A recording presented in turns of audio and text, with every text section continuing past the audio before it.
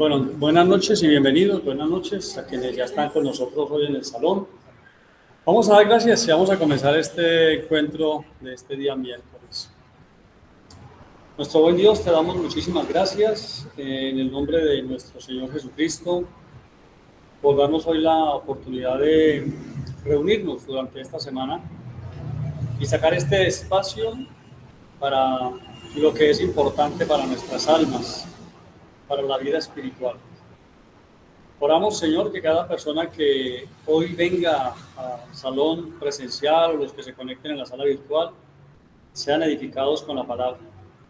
Que la palabra les traiga claridad, sea un bálsamo sanador, les traiga información y que también la palabra les fortalezca y sea de ayuda y de utilidad para cada situación de cada persona.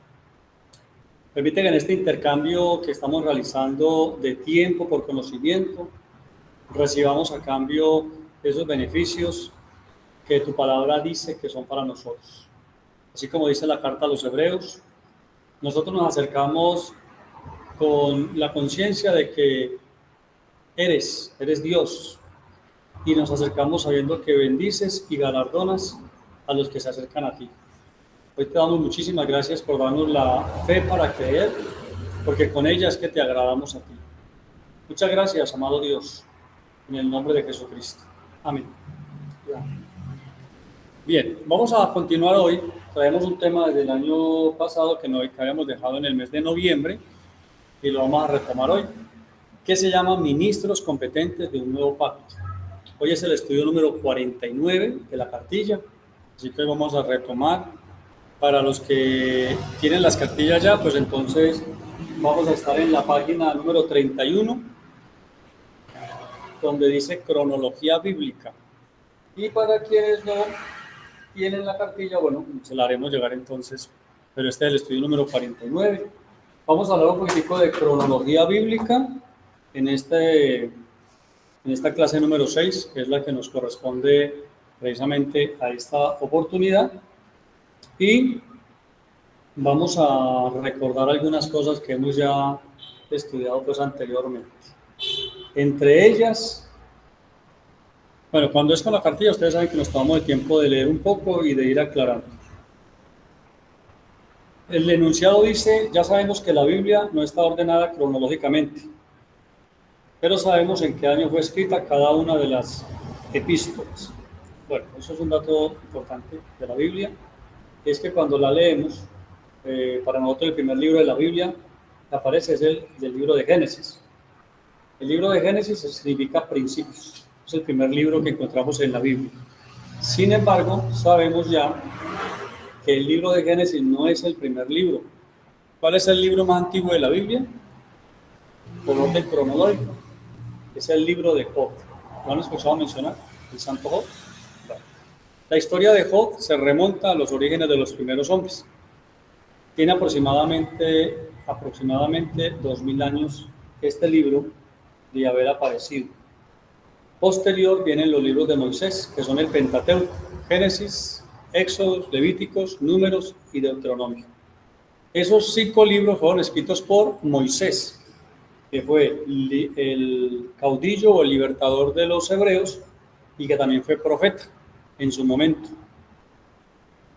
Como la Biblia no está escrita cronológicamente, una de las cosas que uno a veces encuentra en ella es que tiene, sobre todo en el Antiguo Testamento, a veces uno encuentra como pequeñas contradicciones, por así decirlo. Vamos a tener en cuenta, por ejemplo, esto que le acabo de decir. Bienvenidos, sigan, acérquense un poco a nosotros. Uno encuentra cosas como estas en el Antiguo Testamento. Por ejemplo, usted está en un libro como el libro de los jueces, sigue las crónicas de los reyes, por ejemplo. En las crónicas de los reyes usted va a encontrar algunas historias donde algunos reyes mueren. Y más adelante, ya no en los reyes, sino en otros libros posteriores, usted encuentra que esos reyes están vivos. Entonces uno dice, pero allá atrás los mataron y acá están vivos. La razón es por la que la Biblia no tiene los libros, no aparecen en el orden que fueron escritos.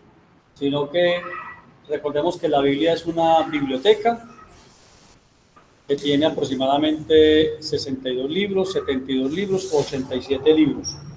Nosotros tenemos acceso como personas de la religión universal, que es la Iglesia Católica o la Iglesia Protestante, tenemos acceso a las Biblias de 66 y 72 libros. Las que llaman protestantes normalmente van a encontrar apenas 66 libros. Las que llaman versiones Paulina o Católica van a encontrar 72 libros. Pero aún así hay otras Biblias que tienen 87 libros. Bueno, ya digamos que cada religión se va a quedar con la Biblia que tiene, eso no lo van a cambiar a estas alturas del partido. Pero lo que sí es bueno saber es que la Biblia, en la forma en que aparece, no está cronológicamente. Por ejemplo, Job aparece antes de los Salmos, casi en la mitad de la Biblia. Sin embargo, Job es el primer libro. Entonces es muy importante saber un poco de cronología cuando estudiamos la Biblia, ¿sí? Ahora, actualmente hay ya Biblias cronológicas, es decir, que usted lee la historia en el orden de los sucesos como están desde el principio. La Iglesia, ¿por qué no las usa? Porque tradicionalmente siempre hemos usado la Reina Valera 1960 en el orden que está. Entonces, hacer esos cambios dentro de las iglesias, como es una cuestión de fe, traería un problema a las personas. Porque lo primero que dirían es que están cambiando la Biblia, ¿sí? Es que están cambiando la Biblia. Entonces, para evitar eso, no se hacen nuevos cambios. Pero uno, para entender la Biblia como tal o entender el estudio de la Biblia, es muy importante que una persona sepa algo de la cronología bíblica, es decir, en qué año fue escrito. Eso lo vamos a mirar ahorita con las cartas del apóstol Pablo, que es las que vamos a estudiar hoy un poco, las fechas en que fueron escritas. Cuando sabemos cuál fue la primera carta que escribió Pablo y la segunda y la tercera de acuerdo a los años, pues vamos también entendiendo ese proceso del que Pablo habla, que le costó a él 17 años pasar de ser un perseguidor de la iglesia a ser apóstol de la iglesia y perseguido ahora por los que no seguían a la iglesia. ¿Cómo fue ese proceso de 14 y 17 años que tuvo Pablo? Lo encontramos en las epístolas que el apóstol Pablo escribe, teniendo en cuenta que tampoco las epístolas en la Biblia están escritas en el orden cronológico. ¿Cuál es el primer libro de Pablo que encontramos en la Biblia? Ese es de Lucas. Romanos, exactamente. Pero resulta que Romanos es el quinto libro o la quinta carta que el apóstol escribe. Entonces ya había avanzado un poco en el conocimiento, por así decirlo. Bueno, entonces tengamos en cuenta eso del orden cronológico, por favor, los que tienen la cartilla página número 31. ¿Cuál fue el primer libro del Nuevo Testamento también? ¿Ustedes recuerdan eso? Perdón. El primer libro del Nuevo Testamento que fue escrito por orden cronológico. En el año 44, aproximadamente. 44, 46. Ese era, ahí sí era Hechos de los Apóstoles. Tampoco. Santiago. Así es. Santiago es el primer libro del Nuevo Testamento. Entonces, ni siquiera es escrito por el apóstol Pablo, ni tampoco es escrito por los otros tres grandes apóstoles que diríamos, o los otros grandes apóstoles que serían Juan y sería Pedro, sino por Santiago. Recordemos que Santiago también se llama Jacobo, por si lo encontramos en alguna otra versión paulina como Jacobo, es Santiago. Y Santiago o Jacobo, siendo el mismo personaje, también se sabe que eran hermanos de Jesús. Exactamente. Entonces, es interesante tener ese dato también ahí cuando uno lee. Eso que acabo de decir, pues es un poco fuerte, porque nosotros sabemos que la enseñanza en la religión tradicional o la Iglesia Universal no admite que Jesús haya tenido ni hermanos ni hermanas, ¿cierto? Entonces, pero en la diferencia de criterios y de pensamientos, además basados en los hechos históricos, pues ahí están claramente dentro del mismo texto bíblico, se sabe que ellos eran hermanos de Jesús. Entonces, pero ese no es el tema hoy como tal, pero para tener en cuenta pues el porqué de los nombres también allí. Bueno, vamos a anotar, sí, anotar si es posible. Yo no sé si ustedes tienen forma como los miércoles es de estudio, entonces al final de la Biblia generalmente hay unas páginas en blanco. No sé si pronto todas las tienen ahí, o un cuaderno si ustedes tienen en casa. Yo les digo rápidamente el libro y el año de las cartas del apóstol Pablo, sobre todo. ¿Por qué la importancia de las cartas del apóstol Pablo en el estudio que hacemos de ministros competentes de un nuevo pacto? Porque hay dos apóstoles que son las cabezas en el Nuevo Testamento. Dos apóstoles, un solo evangelio, pero dos apostolados. Eso es importante también tenerlo en cuenta. La iglesia actualmente, la mayor parte de la iglesia, tanto universal como protestante, tienen al mismo apóstol. Pero hay dos apóstoles. Entonces, hay un apóstol en cabeza de los 12, que es el apóstol Pedro, en cabeza de los 12. Y hay otro apóstol que es llamado el apóstol de la gracia, o fue llamado para ser apóstol a los gentiles, que es el apóstol Pablo, que era Saulo de Tarso.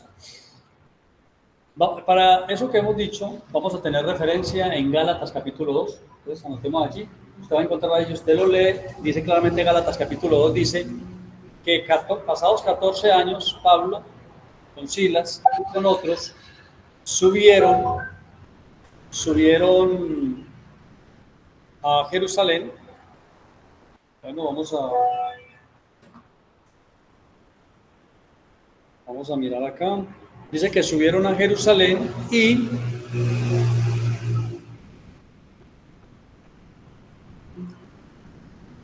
permítanme acá, yo vuelvo a enviar nuevamente este enlace que me lo están solicitando. Muy bien.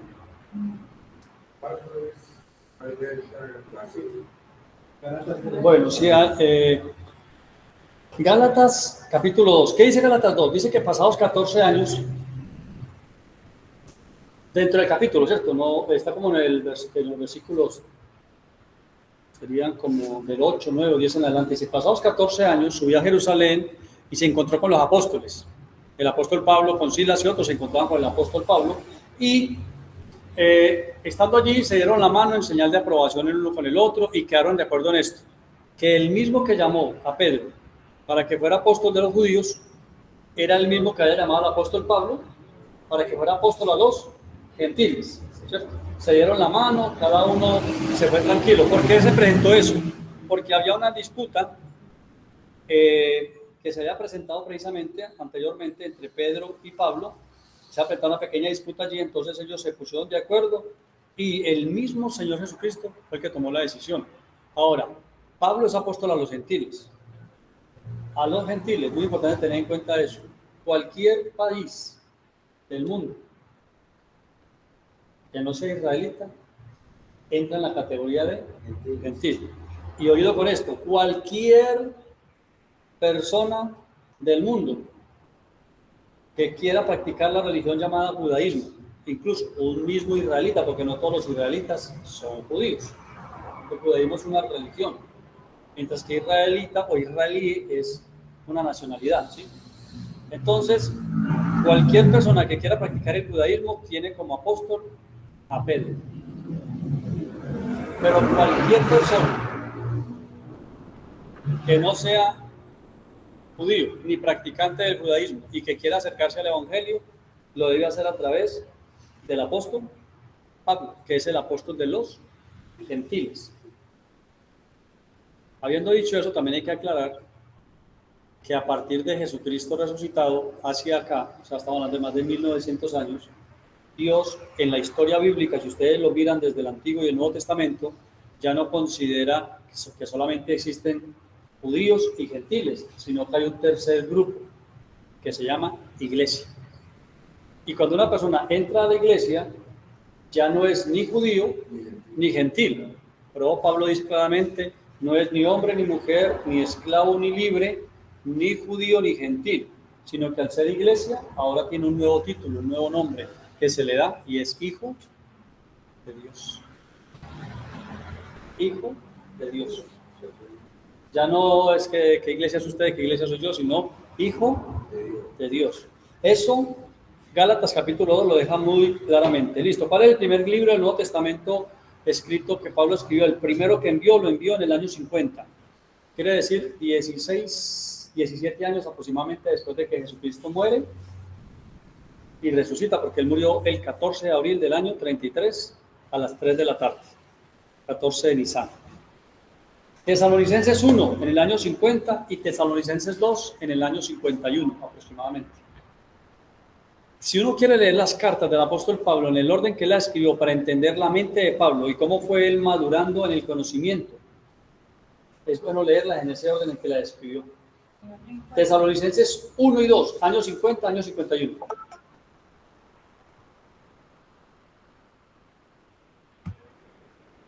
Tesalonicenses 1 y 2, año 50 y año 51. Vamos con Corintios 1 y Corintios 2, año 51, año 54. Corintios 1 y 2, año 51 y año 54.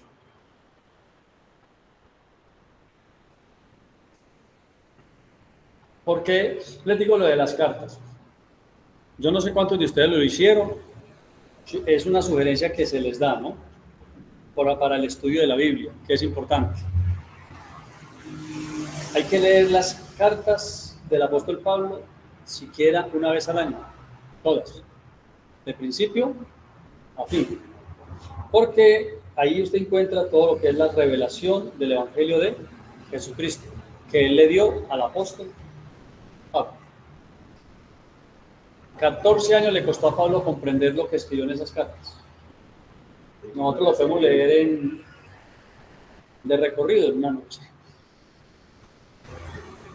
Una carta y un poquito por mes podríamos leer. Sigue Romanos, año 56. ROM, Romanos, año 56. Viene la carta de Gálatas, GAL. Gálatas, año 56 también.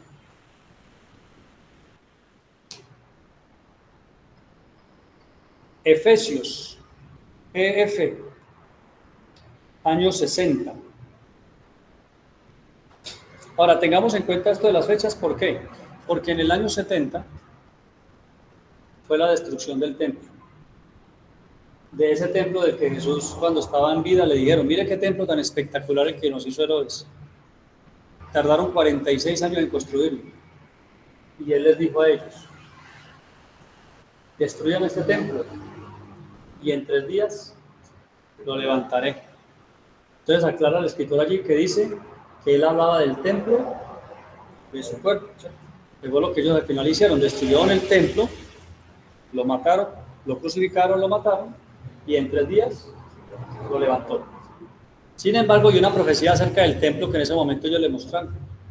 Y la profecía fue que no quedaría piedra sobre piedra de ese templo. Actualmente hay un muro que se llama el Muro de las Lamentaciones, pero no es un muro que pertenezca al templo principal, sino a uno de los edificios del templo, porque eran varios edificios alrededor del templo principal. Pero el templo principal, como él lo dijo, ni una piedra quedó. Sabemos que la razón por la que quitaron todas las piedras es porque el templo tenía incrustaciones de piedras preciosas y metales preciosos. Entonces, para poderlo saquear, pues era lógico que quitaran piedra y otra piedra y totalmente lo limpiaran. Pero es importante pues notar la exactitud de la profecía de Jesús también como profeta, ¿cierto? Él dice: no quedará piedra sobre piedra y no queda piedra sobre piedra. Entonces, ¿por qué es importante tener en cuenta eso?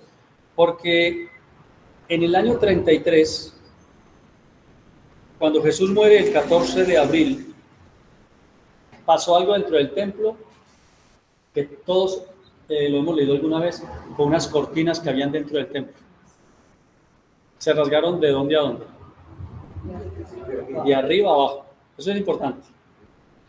Las cortinas del templo eran aproximadamente, como para nosotros podamos entender, si hablamos de pieles, 7 pieles. Tiene un buen grosor, más o menos, 7 pieles. 7 pieles. Y aparte de eso, la piel es muy dura. sí, y no fue que se cortó, sino que de arriba abajo se abrió totalmente. Ahora se abría del lugar santo al lugar santísimo, o al lugar donde está la presencia de Dios. Jesús muere y se abre. El mensaje que le estaba dando es que lo que estaba pasando en el Gólgota, en la calavera, tenía que ver con el templo, porque tembló, Jesús muere y el velo se rasga de arriba a abajo totalmente, como diciendo, la entrada queda libre, pueden entrar. Sin embargo, los encargados del templo, entre ellos el sumo sacerdote, pero ese sacerdote no era de la Iglesia Católica, sino de la religión de los levitas, el sumo sacerdote, con todos los ayudantes de él en ese momento, tomaron una decisión. Esto hay que volverlo a coser. O sea, no podemos permitir que la gente venga y diga, un ángel o Dios abrió, eso quiere decir que podemos pasar, porque si pueden pasar, nosotros quedamos sobrando, porque la gente va a poder pasar sin necesidad de nosotros de que sigamos así siendo intermediarios. Entonces, volvieron nuevamente a cerrar las cortinas y durante 37 años más siguieron oficiando el culto, el sacrificio anual, cada año, a fin de año. Sin embargo, hay que saber que a partir de la muerte de Jesús, del año 33 al año 70, Dios ya no estaba en el lugar santísimo. Ahí siempre iban sacerdotes que fueran, que no tuvieran, pues, ¿cómo se dice? Que fueran perfectos. Tenían que estar limpios según la ley. Bueno, listo. Y muchos de ellos morían al entrar. Sí, señor. Después de que se rompió el velo, se llegó a morir alguno. Buena pregunta. Yo pienso que no murió ninguno después de que se murió el velo, porque al entrar ya no estaba allí la presencia. Sin embargo, se consideraba que como se había hecho todo el ritual, que ellos lo seguían haciendo más el sacrificio, pues debe ser que Dios aceptaba el sacrificio. Sino que en el año 70 Dios ya no cortó las cortinas, sino que lo que Dios dijo fue entonces como cuando se hace un edicto y se dice ejecútase y cúmplase. Entonces Dios en el año 70 tomó como una decisión, ya no cortó las cortinas, sino que permitió la destrucción del templo, la profanación del lugar santo y del lugar santísimo. Eso ocurrió bajo el mandato del comandante Tito.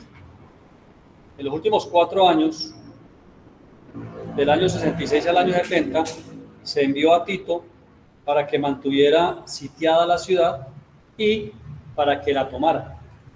En el año 70, 69-70, él tomó la ciudad, mató a miles de personas que estaban dentro de la ciudad y las personas que lograron huir o correr de la masacre que estaba pasando se refugiaron en el templo porque consideraban que el templo, el lugar de adoración, el lugar de su Dios, pues sería el mejor lugar para ser guardados de esta cantidad de soldados romanos que estaban matando a hombres, mujeres, niños, destruyendo todo el mundo. Cuando se metieron al templo, de la misma manera, también, de la misma manera, los soldados entraron al templo, mataron a los que estaban dentro del templo y no por órdenes de Tito, porque se dice en la historia, se dice que no era la intención de Tito destruir el templo, sino conservarlo. Los soldados, en esa sed que tenían, en esa locura en la que estaban, en ese frenesí que tenían, incendiaron las cortinas del templo y bueno, eso se quemó totalmente, todo. Allí se vino lo que fue la profanación del lugar santísimo. Cuando entraron al lugar santísimo, ninguno murió, ni los soldados romanos, ni nadie, o sea que Dios ya no estaba allí. Porque realmente Dios, al establecer un nuevo pacto, una nueva alianza, mudó su presencia del lugar santísimo a qué lugar. El Nuevo Testamento dice que el que se une al Señor, un espíritu es con el Señor, al templo vivo, que somos nosotros, que somos la iglesia, al templo vivo. Es decir, por eso el Nuevo Testamento va enseñando que Él ya no habita en templos hechos por manos de hombre ni de piedra, sino que Él ahora mora es en el espíritu de cada persona. O sea, Dios vio, eso es importante también tenerlo en cuenta, durante casi 2000 años, 1500 años, 2000 años, Dios trató con el hombre y llegó a una conclusión de que Dios viviendo en una habitación y el hombre yendo a visitarlo y saliendo no se podía, porque el hombre no lograba un cambio, un acercamiento genuino a Dios y mucho intermediario. Entonces Dios, por eso Jesús viene y dice en la última cena, Él les dice, esta es la sangre de la alianza nueva y eterna. ¿No? Alianza es pacto, alianza es testamento, ¿sí? Entonces lo que Él establece a través de su muerte y resurrección es un nuevo tratado entre Dios y los hombres. En el primero, Dios establece 613 ordenanzas que son los mandamientos de Moisés. 613, no 10, sino 613. Dios toma todo eso y lo cambia y hace una nueva alianza en la que deja dos, en los que se cumple toda la ley. Amar a Dios y amar al prójimo. Mire cómo lo redujo todo. Y en esos dos mandamientos se cumple toda la ley. Amar a Dios y amar al prójimo.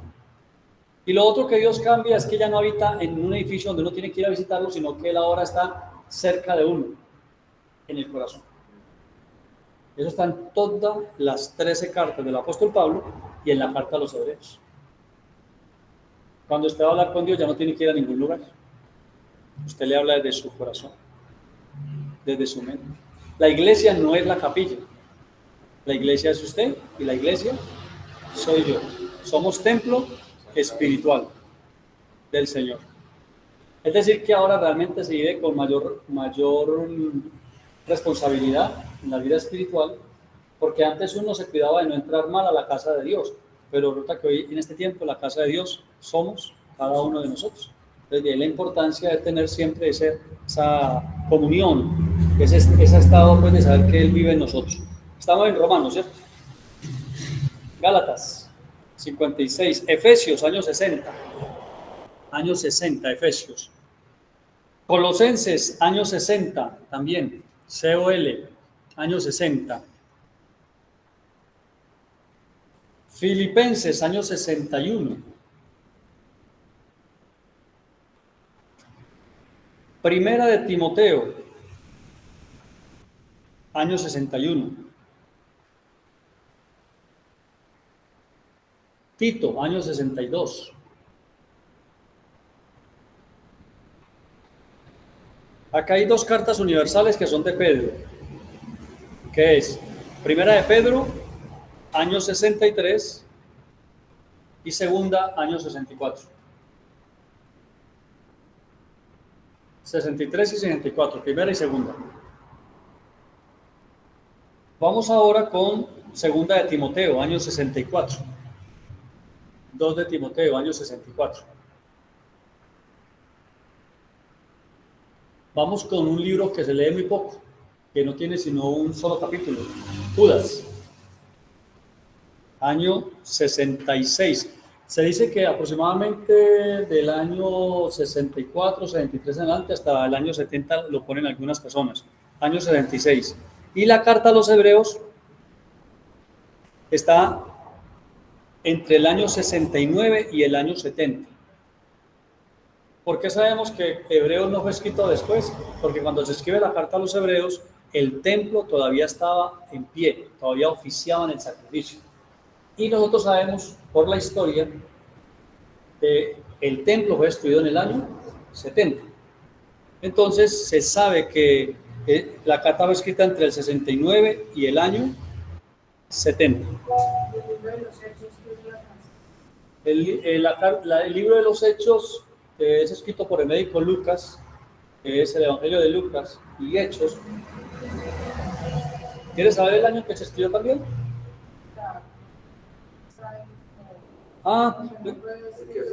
Lo que pasa es que estamos hablando de las cartas paulinas y de las cartas universales, que son las de Pedro y las de Judas, ¿sí? Mientras que el Evangelio de Lucas es un libro histórico, ustedes saben eso, ¿cierto? Sí. Histórico. O sea, como decía Juan Josaín, es el resultado de un trabajo de investigación periodístico. ¿No? ¿Dónde está eso? En el capítulo 1 de Lucas. Él mismo dice ahí, después de haber hecho una exhaustiva investigación y de comprobar los libros que otros han escrito, yo me he propuesto también escribir la historia en el orden cronológico, en el orden en que aparece, pero no la escribió ni para los judíos, no la escribió ni para la iglesia, sino que la escribió para un amigo de él que se llama Teófilo. ¿Por qué está en la Biblia? Porque los que tuvieron la tarea de reunir los libros sacros consideraron que el Evangelio de Lucas o el escrito de Lucas era muy completo. Y aparte de eso, que el libro de Hechos narraba muy bien la primera parte de la resurrección de Jesús, el llamamiento de los primeros apóstoles, y se llama Hechos de los Apóstoles porque narra la historia de cómo se desarrolló la iglesia en el primer siglo y también la conversión del apóstol Pablo. Entonces, por eso está metido ahí. Pero no es, eso es importante tenerlo en cuenta también, que no se debe hacer doctrina de las historias que narra el libro de Hechos, porque es un libro histórico. ¿Qué es lo que hay que hacer para hacer doctrina? ¿Ustedes saben eso? O sea, ¿cómo uno puede sustentar doctrina en la Biblia?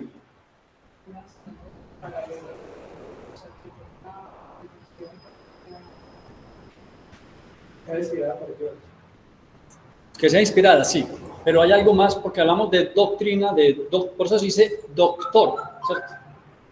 Que es gente docta. Para usted puede hacer doctrina de algún libro de la Biblia, que usted pueda enseñarla como doctrina, cualquier enseñanza debe estar sustentada, no en un solo libro, sino en varios libros de la Biblia. No en un solo capítulo, sino en varios capítulos. Pero si hay algún comentario que aparece solo en un capítulo o en un versículo, no se puede decir que eso hay que hacerlo como una enseñanza bíblica, porque no hay forma de sustentarlo con otros textos bíblicos. Por ejemplo, ¿la oración es una doctrina? Sí, porque se puede sustentar la oración desde el Génesis hasta Apocalipsis. Usted encuentra muchos libros donde la gente ora, donde invitan a orar, donde hablan de los beneficios de la oración, donde dicen cómo se debe orar, y todo lo de la oración. Congregarse, por ejemplo, ¿es una doctrina? Sí, porque se encuentra desde el principio que la gente buscó, primero era una carpa para reunirse, luego Dios los convocó, después en el Nuevo Testamento se reunían con Jesús, luego viene la iglesia. Hay muchas cosas que son doctrina, pero hay otras cosas que no son doctrina. Y digo eso porque cuando usted lea Hechos, va a encontrar que hay incluso denominaciones actualmente que su enseñanza se basa en capítulos de Hechos, que no es ni siquiera un libro escrito para la iglesia, sino para un señor llamado Teófilo. Entonces hay que tener cuidado con eso, porque uno a veces dice, no, mire, es que la Biblia lo dice ahí. Cronología, contexto bíblico, el contexto histórico, muy importante, quién lo escribió y para quién lo escribió. Hagamos un ejemplo con un versículo que está en Proverbios, capítulo 30. A mí me gusta mucho hablar de eso porque se llama la oración de Lemuel. ¿Ustedes saben cuál es la oración de Lemuel? Es que leen la Biblia como yo. La oración de Lemuel es la oración que su madre le enseñó a su hijo Lemuel en los Proverbios 30. Donde él le dice, oh querido Lemuel, que Dios no te dé ni riqueza ni pobreza. Porque si te da riqueza, ¿qué te pasa? No se olvida Dios, de pronto orgullece. Y si le da pobreza, de pronto terminas diciendo ya que Dios es este, ¿cierto? Y maldiciendo. Entonces dice, ore así, no me des riquezas ni me des pobreza. Entonces la gente utiliza eso y usted escucha enseñanzas, temas impresionantes sobre eso, pero eso no es bíblico. Primero, está en el Antiguo Pacto y no en el Nuevo Pacto. Número 2, no es escrito ni para Israel ni para la iglesia, sino que es la oración con que su madre le enseñó a un rey llamado Lemuel que debía acercarse a Dios. Y solo tiene referencia en esa parte. Porque lo que sí dice la Biblia como referencia en muchas partes es que Dios es rico o es pobre.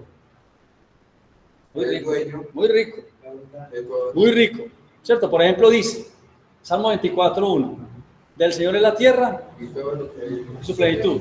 O sea, Él es el dueño de todo. Génesis 1 dice que Dios creó los cielos y la tierra.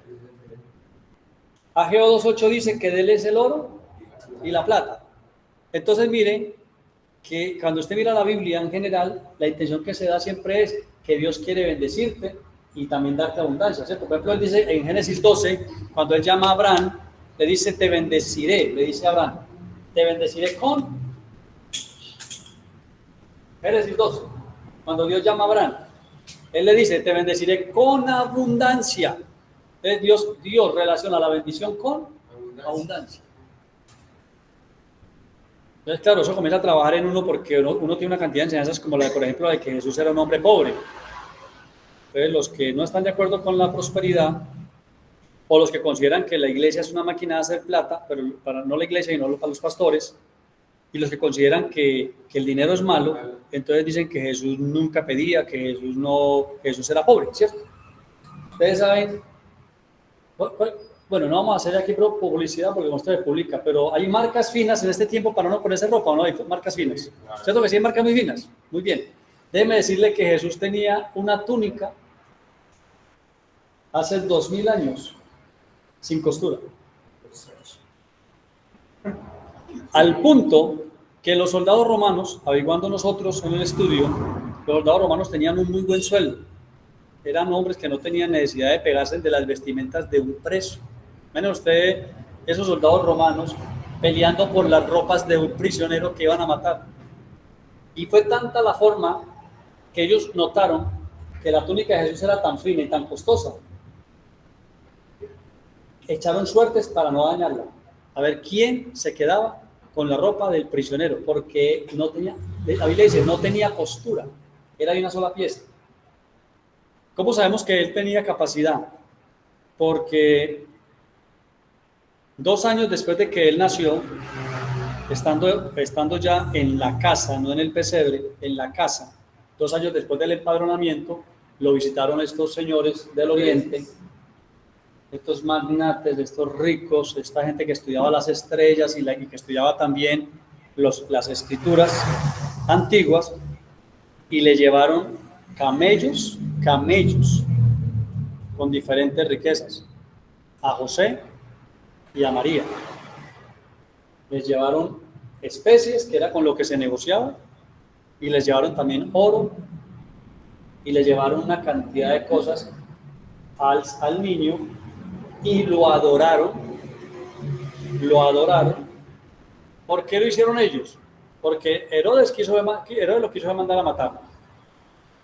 Y cuando nació, solamente los ángeles anunciaron su nacimiento y unos pastores lo recibieron. Pero ¿cómo se recibían a los hijos de los reyes antiguamente?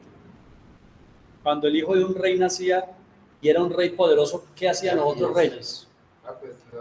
Según la historia, una visita, y no le llevaban,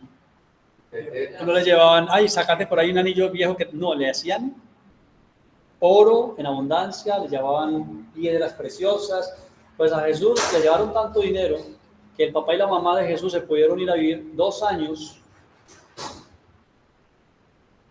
a los Estados Unidos de ese tiempo, a Egipto, al Dubái de ese tiempo. 2 años se fueron, vivieron allá, luego regresaron, ni siquiera regresaron a la propia ciudad de ellos, sino que regresaron a otra ciudad.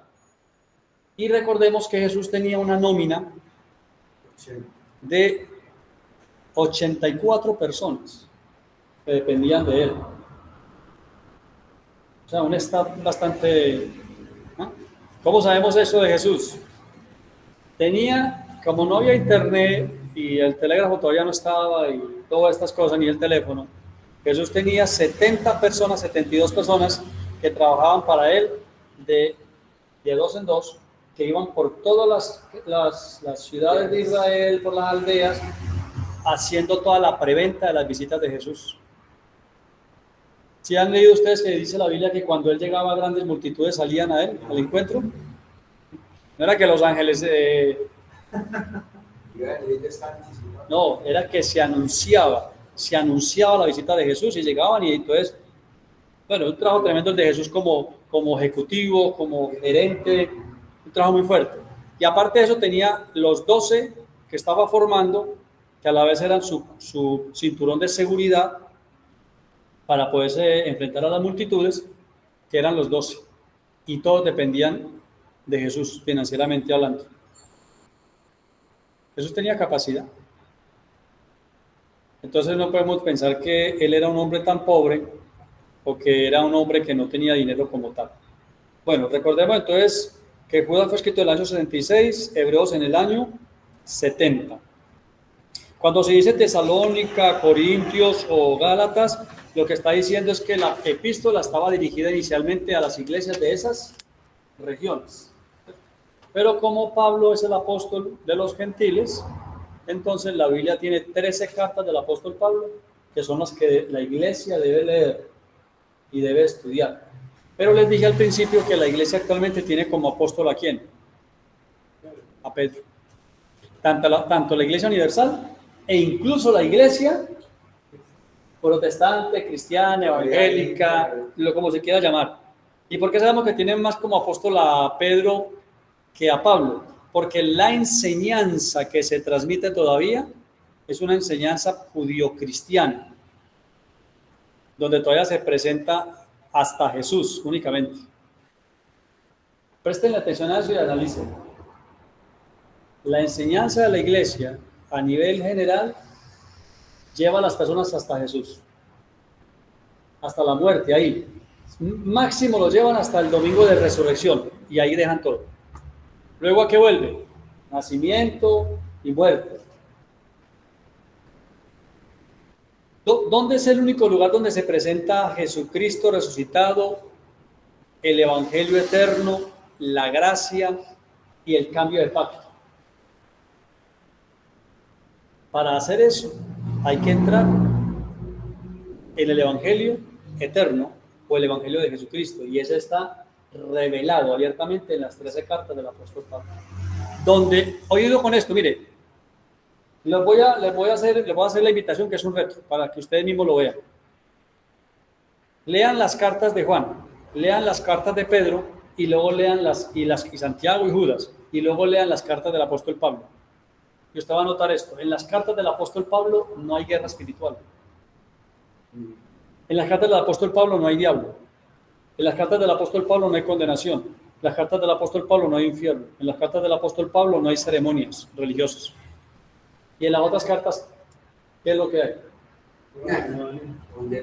Hay puro demonio, puro diablo, pura maldición, puro... ¿Por qué? Oído, ¿están mal? No. Es que Pedro es apóstol a los judíos cristianos, a los que del judaísmo pasaban al cristianismo. Pero Pablo es apóstol a los gentiles. Vamos a cerrar hoy y a explicar un poquito ahí. Una cosa es enseñarle a una persona que ha practicado el judaísmo y presentarle el evangelio de Jesucristo, porque trae una cantidad de ceremonias generacionales que ha estado celebrando, en las cuales se le enseñó que era la forma de agradar a Dios. Traigámoslo más a nuestro contexto. No es lo mismo enseñarle el cristianismo de la gracia a una persona que no ha sido practicante de religiones, que nunca ha tenido religión.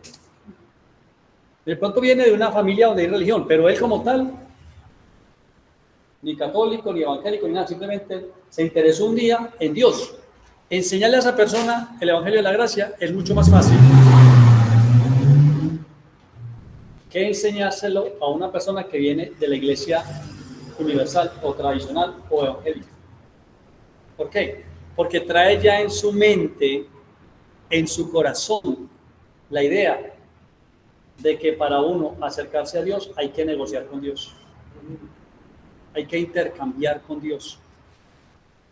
Es decir, la idea de las obras para ser salvo. Entonces, la idea es esta: si usted quiere recibir algo de Dios, tiene que pagar el precio. ¿Y qué es el precio? Puede ser hacer ayuno de abstención de alimento, puede ser hacer vigilia de abstención de dormir, puede ser pagar con dinero, porque también la gente lo trae en el corazón, pagar con dinero. El cristiano evangélico critica al católico cuando el católico paga promesas, pero el cristiano evangélico hace pactos para que Dios le haga un milagro. Eso es lo mismo. Nosotros, por ejemplo, yo aquí recibo dinero, pero no porque yo le digo a usted, pacte con Dios. No, si usted aquí trae dinero, lo trae como principio espiritual que quiere compartir. Pero uno no puede pactar con Dios, es que Él ya lo hizo todo. O sea, usted no le puede comprar a Dios un milagro. Usted no le puede comprar a Dios la sanidad. ¿Por qué? Porque por sus llagas ya hemos sido sanos. Usted a Dios no le puede comprar que Dios le abra las puertas de oportunidad, porque Él ha dicho que tus oportunidades estarán abiertas las 24 horas.